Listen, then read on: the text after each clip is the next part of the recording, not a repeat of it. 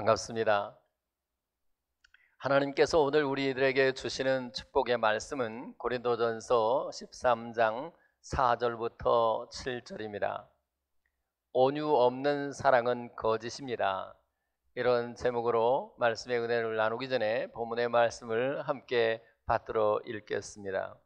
사랑은 오래 참고 사랑은 온유하며 시기하지 아니하며 사랑은 자랑하지 아니하며 교만하지 아니하며 무례히 행하지 아니하며 자기의 유익을 구하지 아니하며 속내지 아니하며 악한 것을 생각하지 아니하며 불의를 기뻐하지 아니하며 진리와 함께 기뻐하고 모든 것을 참으며 모든 것을 믿으며 모든 것을 바라며 모든 것을 견디느니라. 아멘.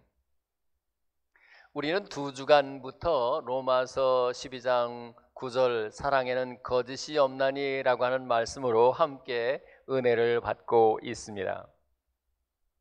사랑을 말하고 있지만 사랑인 척하는 거짓 사랑이 많다라고 하는 것이죠. 과연 오늘 우리가 소유하고 있는 사랑은 우리 주님 모실 때의 참 사랑일까요?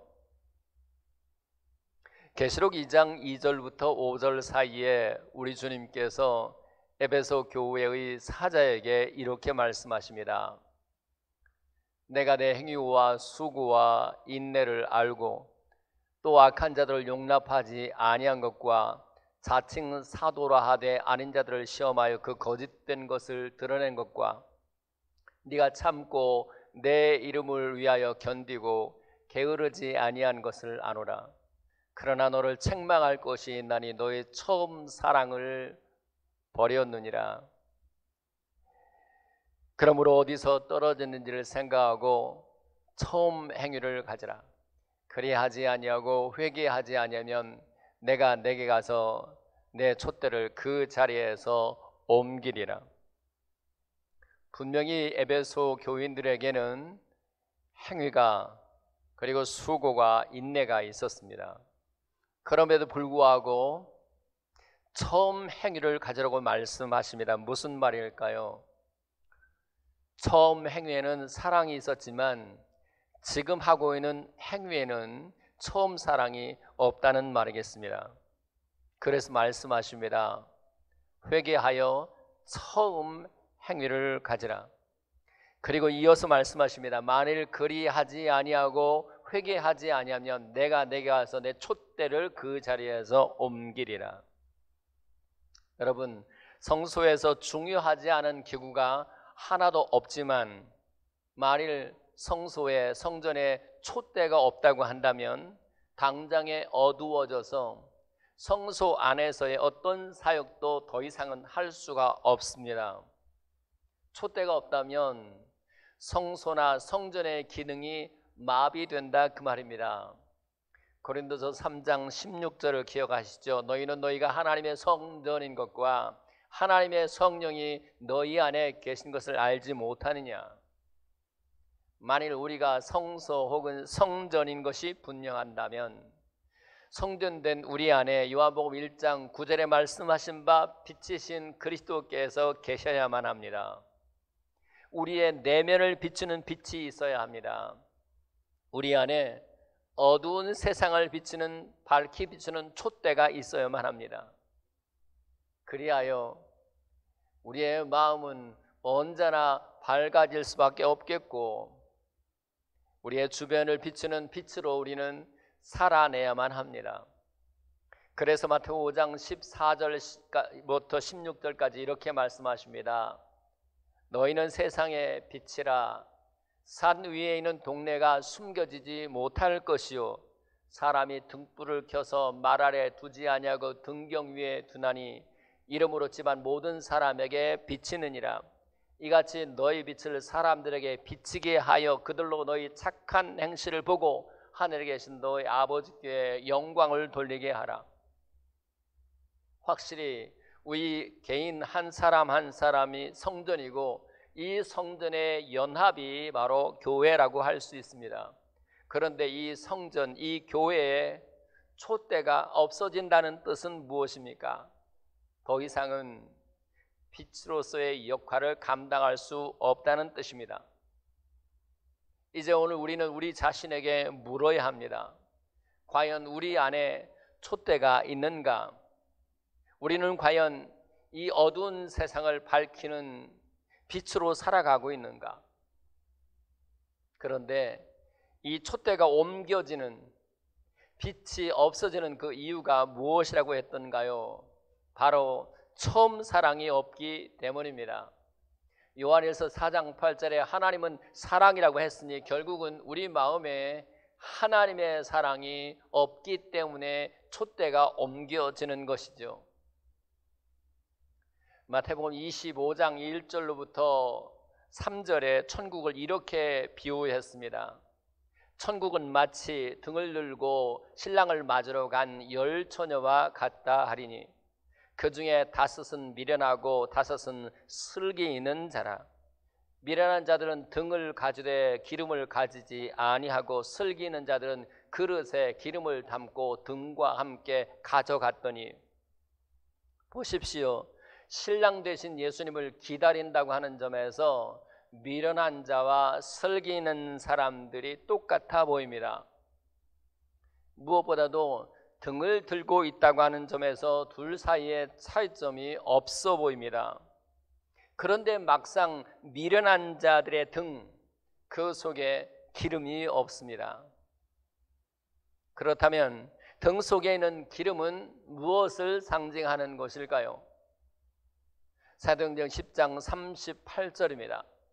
하나님이 나사렛 예수에게 성령과 능력을 기름 붓듯 하셨으며, 기름이 바로 성령을 의미한다는 것을 알 수 있습니다.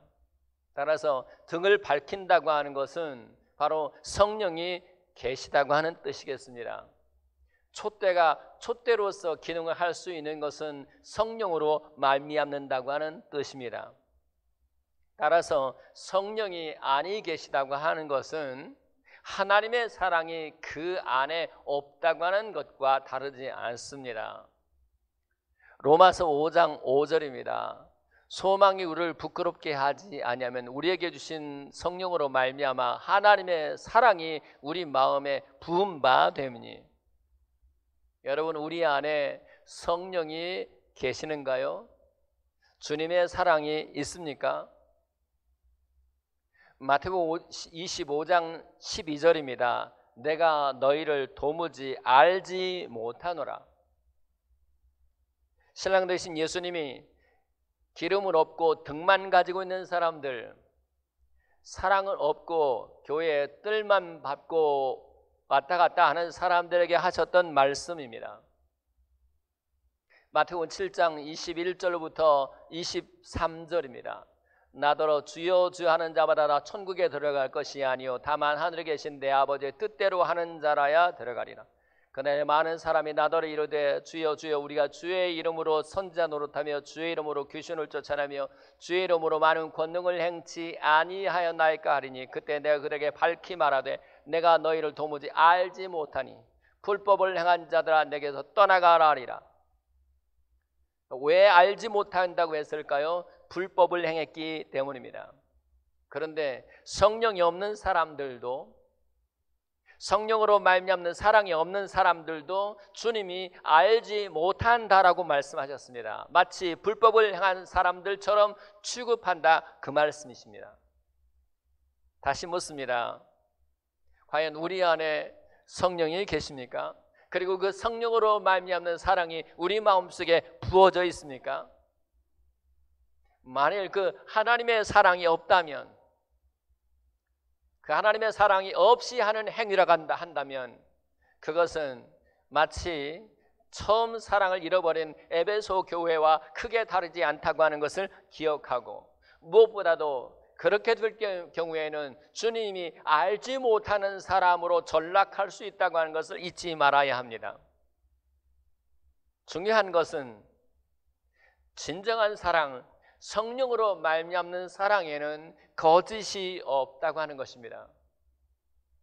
그 거짓 없는 사랑이라고 한다면, 우리가 가지고 있는 사랑이 거짓 없는 사랑인 것이 확실하다면 그 사랑은 오래 참고 모든 것을 참으며 모든 것을 견딘다 하는 것이 지난주에 함께 나누었던 말씀의 요지입니다. 이제 오늘 생각할 것은 이것입니다. 온유 없는 사랑은 거짓이다. 그렇다면 온유가 무슨 뜻일까요? 따뜻할 온자에 부드러울 유, 따뜻하고 부드럽다, 그런 뜻이겠을까요? 마태복음 5장 5절, 온유한 자는 복이 있나니 그들이 땅을 기업으로 받을 것이며 했습니다. 본문의 온유가 바로 그 온유일까요? 아닙니다. 마태복음 5장 5절의 온유는 프라우이스라고 하는 단어를 썼고, 본문의 온유는 크레스튜오마이라고 하는 단어를 썼습니다. 이 단어는 신약 성경 가운데서 본문에 딱 한 번만 사용되고 있는 단어입니다. 따라서 이 단어의 뜻을 알기 위해서는 이 단어의 원형이 무엇인지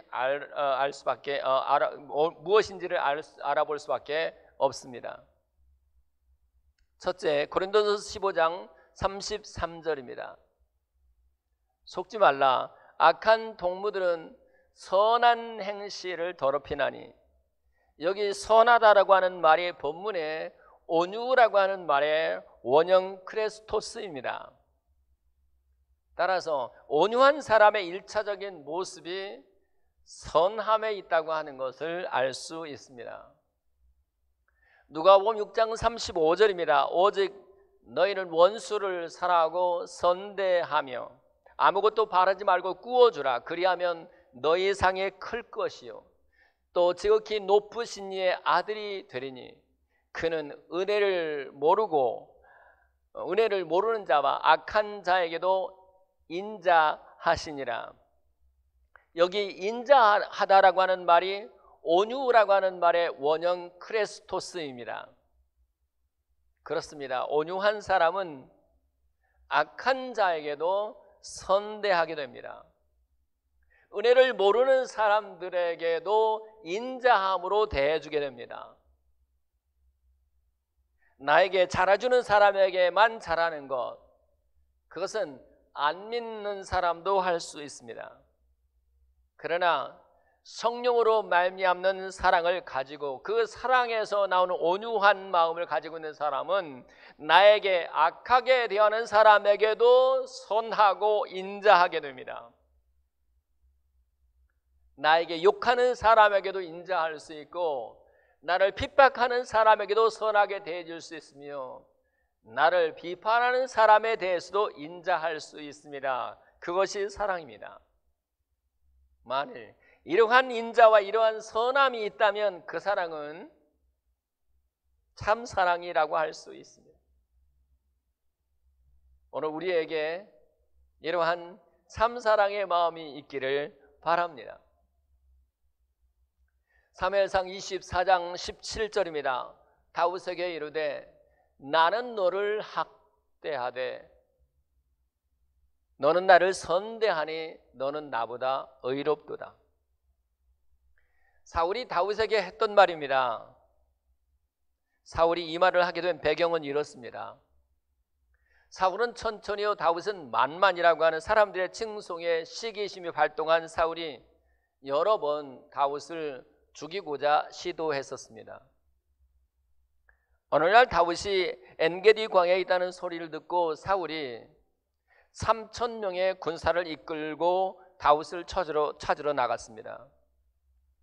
그곳 굴에 이르러서는 사울이 뒤를 보러 굴로 들어갔습니다. 근데 마침 다윗의 일행이 굴 깊은 곳에 숨어 있었습니다. 일행 중 몇 사람이 다윗에게 말합니다. 하나님이 원수 갚을 기회를 주셨습니다. 오늘이 바로 그날입니다. 그러나 다윗은 사울을 죽이지 아니하고 다만 사울의 겉옷만 가만히 베어냈습니다. 아마도 설사가 심해서 가만히 옷을 베어내고 있었던 다윗의 행동을 눈치채지 못했던 것 같습니다. 그런데도 다윗은 그 일마저 마음에 양심에 거리낌이 있었습니다. 하나님이 기름 부으신 사람을 치는 것은 하나님이 금하셨다는 것을 알고 있었기 때문입니다. 그리고 이제 굴 밖에 나가서 외칩니다. 내 주 왕이여. 사울이 돌아보니 다윗은 땅에 엎드려 사울에게 절하고 있었습니다. 사울은 다윗을 죽이자고 했는데 다윗은 사울을 죽일 수 있는 기회에도 죽이지 않고 있었습니다. 다윗은 오히려 사울에게 절했습니다.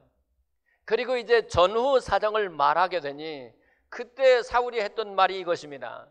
나는 너를 학대했는데 너는 나를 선대하니 네가 나보다 의롭다.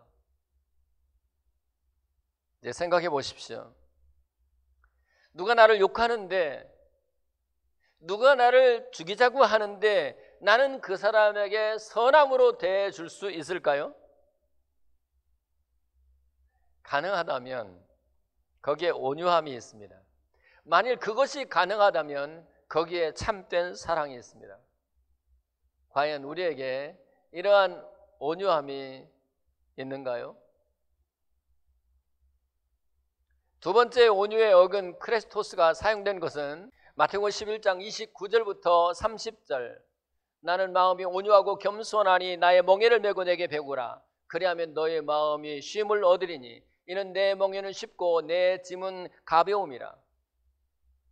여기 온유라고 하는 단어가 나오는데 이때의 온유와 본문의 온유는 다른 단어입니다. 오히려 내 멍에는 쉽고 할 때 그 쉽다고 하는 말이 본문의 온유라고 하는 말의 어근 크레스토스입니다. 여기에 온유함의 의미가 있습니다. 자신이 짊어진 멍에가 쉽게 느껴지는 것이죠. 디모데전서 6장 1절입니다. 무릇 멍에 아래 있는 종들은 자기 상저들을 범사에 마땅히 존경할 자로 알지니. 종들을 일컬어서 멍에 아래 있는 사람들이라고 했습니다. 따라서 멍에 아래 있다고 하는 것은 누군가를 섬기는 위치에 있다는 뜻이겠죠.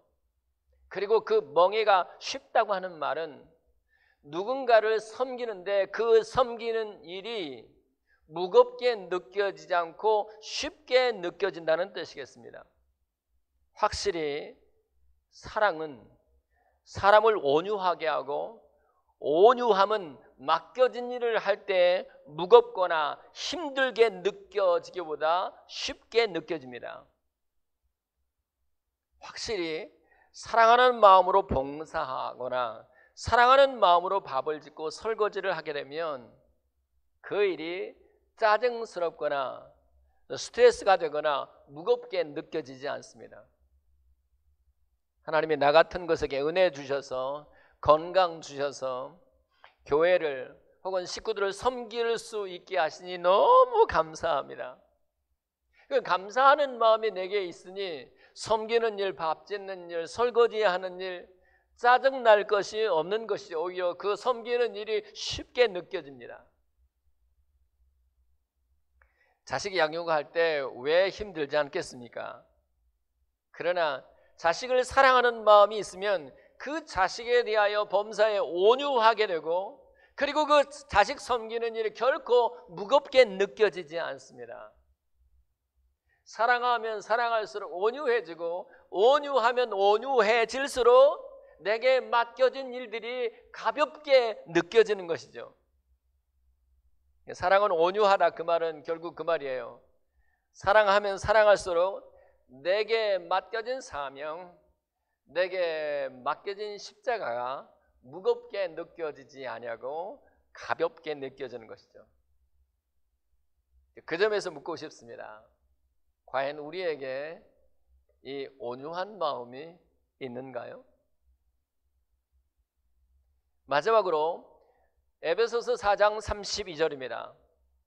서로 친절하게 하며 불쌍히 여기며 서로 용서하기를 하나님이 그리스도 안에서 너희를 용서하신 것 같이 하라.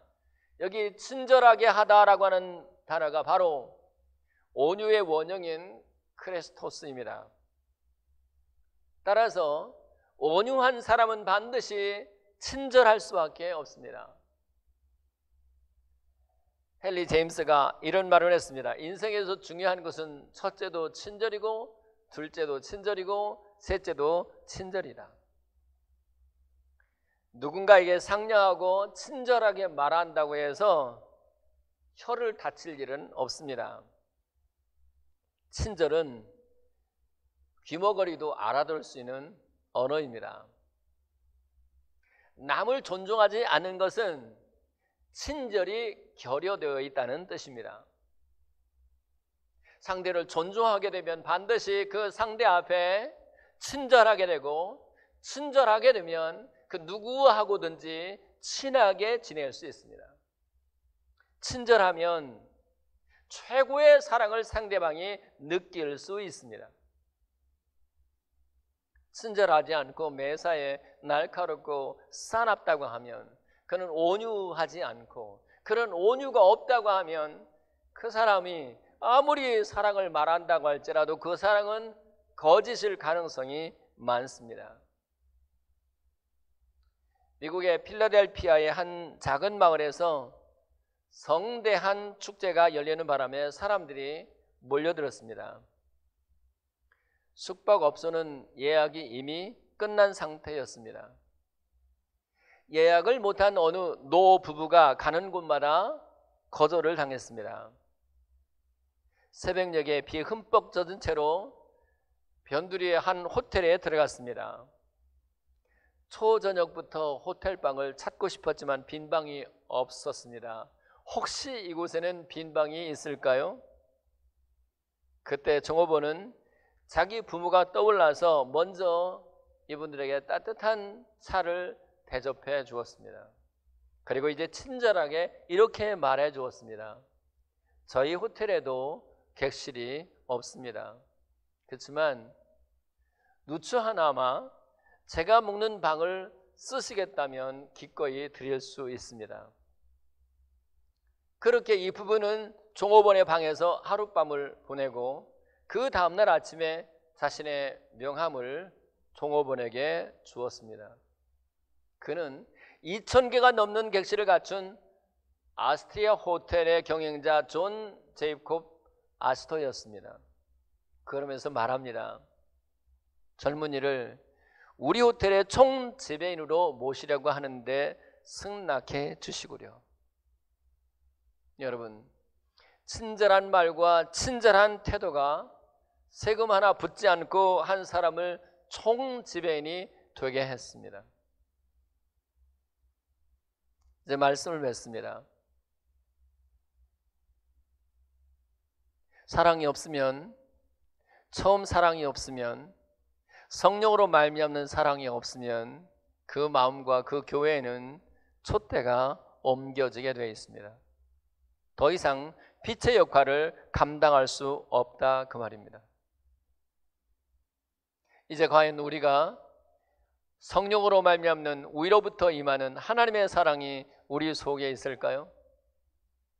그리고 우리가 가지고 있는 그 사랑은 거짓 없는 사랑일까요? 온유가 없는 사랑은 거짓이다 하는 것이 오늘 말씀의 핵심입니다. 그러면 온유가 무엇이라고요? 첫째는 선하다는 뜻입니다. 그것도 은혜를 모르는 사람이나 악한 사람에게도 인자한 것, 그것이 바로 온유함입니다. 대부분의 사람들, 네가 나를 모르는데 난들 너를 알겠느냐, 상대적인 마음으로 그렇게 세상적인 사랑으로 사랑하고 있지만 참된 사랑 안에 있는 사람들은 은혜를 모르는 사람, 악한 사람에게도 선함으로 대해줄 수 있을진데, 이러한 온유함이 저와 여러분들에게 있기를 바랍니다. 둘째 온유는 자신에게 짊어진 몽에 혹은 십자가가 결코 무겁게 느껴지지 아니하고 쉽게 느껴진다면 그 사람은 온유한 사람이요. 그 온유는 분명히 하나님의 사랑으로 온 것이 맞습니다. 지금 여러분에게 짊어진 십자가가 무엇입니까? 그 십자가가 사랑으로 말미암아, 그 멍에가 사랑으로 말미암아 무겁게 느껴지지 아니하고 가볍게 느껴지는 은혜가 있기를 바랍니다. 마지막으로 온유는 친절함이라고 했습니다. 친절함이 없으면 온유라고 말할 수 없고, 그 친절함의 그 언어와 친절한 모습과 태도가 없다고 한다면 그 사랑은 거짓 사랑입니다. 부디 저와 여러분들이 가지는 사랑은 주님 앞에서 거짓 없는 사랑으로, 참 사랑으로 주님 앞에 드러날 수 있기를 예수 그리스도의 이름으로 축복합니다. 기도합시다. 속히 다시 오실 주님 앞에서 우리는 과연 그릇에 기름을 담고 등과 함께 주님을 맞으러 나간 슬기 있는 사람들인지, 아니면 등만 있고 기름은 없는 미련한 자인지 우리 자신을 돌아보기를 원합니다. 우리 속에 성령으로 말미암는 사랑이 있는지를 돌아볼 수 있기를 원합니다. 주님, 반드시 그 사랑은 온유할 수밖에 없겠고, 그 온유는 사람을, 나에게 은혜를 모르는 사람에게도, 그리고 악한 사람에게도 선한 모습으로, 인자한 모습으로 나타난다는 것을 오늘 배웠으니, 오늘 이 배운 말씀이 우리의 삶에서 적용될 수 있도록 도와주시옵시고, 또한 온유는 자신이 짊어진 멍에를 무겁게 느끼기보다 가볍게 느껴진다고 하는 것을 깨달았으니, 주님을 사랑하는 마음으로 우리에게 지어진 멍에를 짊어지고 나갈 수 있게 도와주셔서 온유하게 하시며, 또한 그 온유로 말미암아 모든 사람들에게 친절히 대할 수 있게 도와주시옵소서. 예수 그리스도의 이름으로 기도하옵나이다. 아멘. 이제 축도하고 오늘의 예배를 마치도록 하겠습니다. 이제는 우리 주 예수 그리스도의 은혜와 하늘 우리 아버지 크신 사랑하심과 성령님의 역사 위로 충만 교통케 하심이, 온유 없는 사랑은 거짓인 것을 깊이 마음속에 새기고, 참된 온유의 모습이 참으로 악한 자들에게서도 선대하며, 또 내게 짊어진 무거운 짐도 가볍게 여길 수 있는 마음이며, 또 모든 사람들에게 친절한 것임을 깨닫고 이 말씀대로 삶에서 적용하며 다시 오실 주님 앞에 사랑의 사도로 서기를 원하는 귀한 성도들의 머리 위에와 자녀들과 사업과 직장생활 가운데 지금부터 영원토록 함께 있어지기를 간절히 축원하옵나이다. 아멘.